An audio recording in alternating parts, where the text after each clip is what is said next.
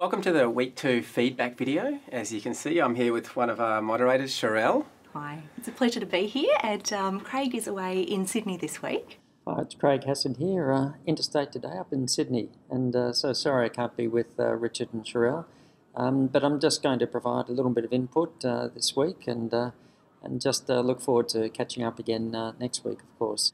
So there's been a lot of discussion about other forms of meditation beyond mindfulness and the kinds of benefits that might have.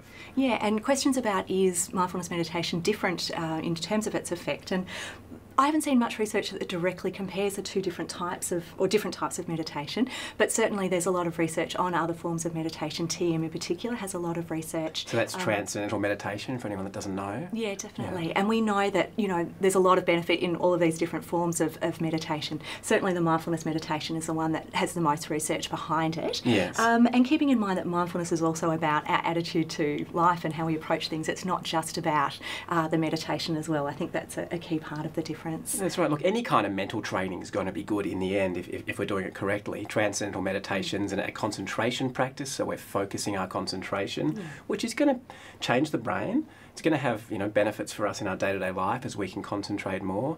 There are loving kindness meditations, there are mindfulness, so many different types of meditations, and a lot of them are drawn from wisdom traditions actually. So there's a long history of them being used to really help people. Yeah, sure. And some other questions that come up specifically for people over 65, are these benefits maintained and can be produced in an older sort of brain? And again, there's not a whole lot of research specifically on those 65 and up, but I find it really interesting that in this particular course we have a lot more older learners in that age group. About 25% of our current group are over 65. Wow, that's amazing. Not that 65 is old, of course.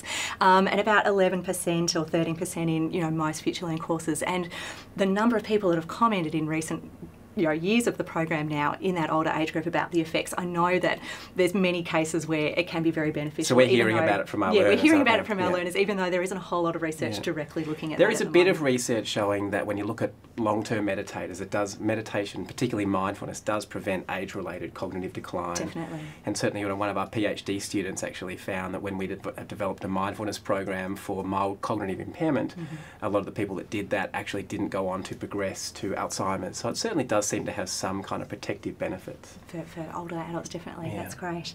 And there's been a lot of questions too this week around default mode, and is there a reason for that, Is there an evolutionary reason why we still engage in default mode for as much of the time that we do?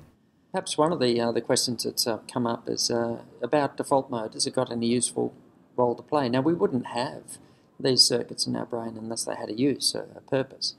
And really they do. And so it gives us an ability to be imaginative and creative and really to do thought experiments and so on, which is a very useful thing to do, plan and prepare. But that's different to worry and ruminating and getting caught in our imagination as if it's real. And so when we use those circuits in a mindful way, then it's more purposeful. We also retain the ability to distinguish between imagination and reality, and we're able to choose which thoughts to engage with, which ones to leave alone, which ones are going to be creative and which ones are just worry and distraction. So it can be a great servant, but it can be a tyrannical master, this imagination, if we don't use it mindfully. Yeah, it's such an interesting thing. At least half the time we spend not paying attention to what we're doing, just thinking about ourselves, worrying about the future, dwelling on the past, and often taking those things to be real in our mind and reacting to them as if they were real. Perhaps as well, as we were evolving as a species, it paid for us just to be a little bit distracted, maybe first of all by the environment and then maybe by thoughts about what could happen next. Sure. So that might have actually served an evolutionary basis. Yeah. But what we do know is when we're lost in that default mode, that's when we run into problems. We need to keep our prefrontal cortex activated by maintaining some degree of mindfulness, just being in touch with the body or the breath, so that even if we do have that default mode running, we're not lost in it. Sure, definitely.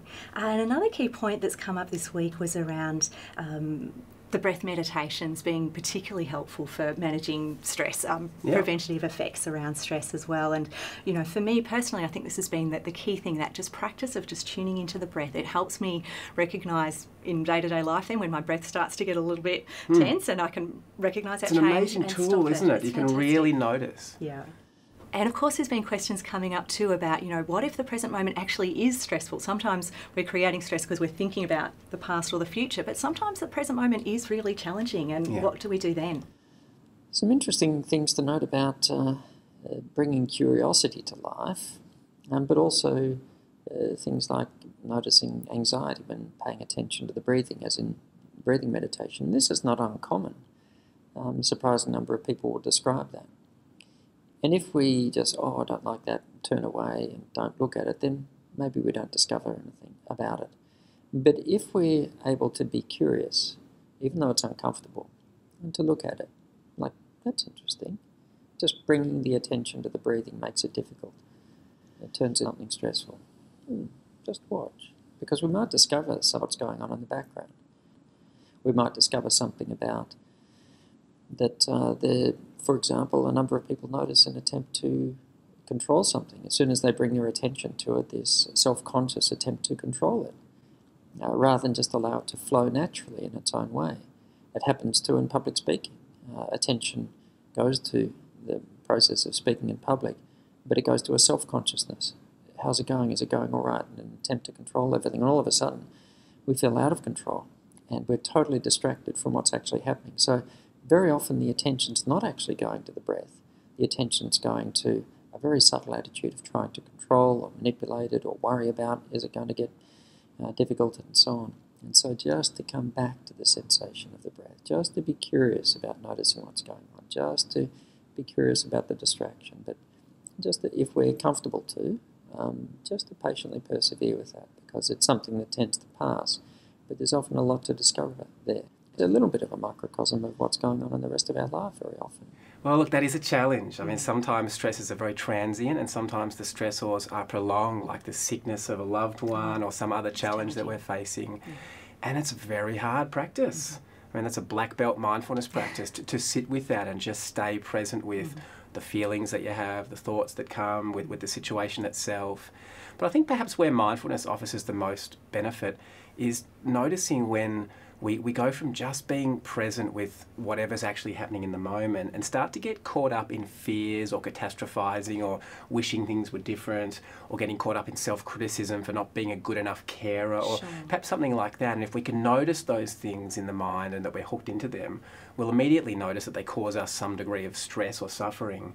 So we might be well served just to let them go as a practice over and over again, to let them go and just bring our attention back to the body, the breath, the senses, the activity that we're doing. Yeah, sure. I think keeping things in check is important, and acceptance as well. When a situation is difficult, we're going to talk more about acceptance next week, but sometimes a helpful starting point is just to accept this is difficult, and it's difficult to accept. That might be your starting point, right. And we'll explore that more next week. Yeah, and related to that, a lot of our learners are noticing just how self-critical they are. It's very common, very common. And this is actually something we'll explore more in our follow-up course, Maintaining a Mindful Life. We look specifically at self-compassion, and I think a key lesson from that is, you know, think about the way you speak to yourself when you're having a difficult time and the way that you would speak to a friend who is having a difficult time. And often there's a real mismatch. We can be a lot harder on ourselves than we are for people that we care about. So when we can try and just tone down that self-criticism, be gentle to ourselves, and that really comes through in the training the puppy analogy. This emphasis around gentleness is so important, I think. Well, it's kind of ironic, isn't it? Because we use that self-criticism to try to motivate ourselves, to avoid making mistakes, to not piss people off or hurt their feelings. You know what? Oh, I can't believe I said that. What an idiot.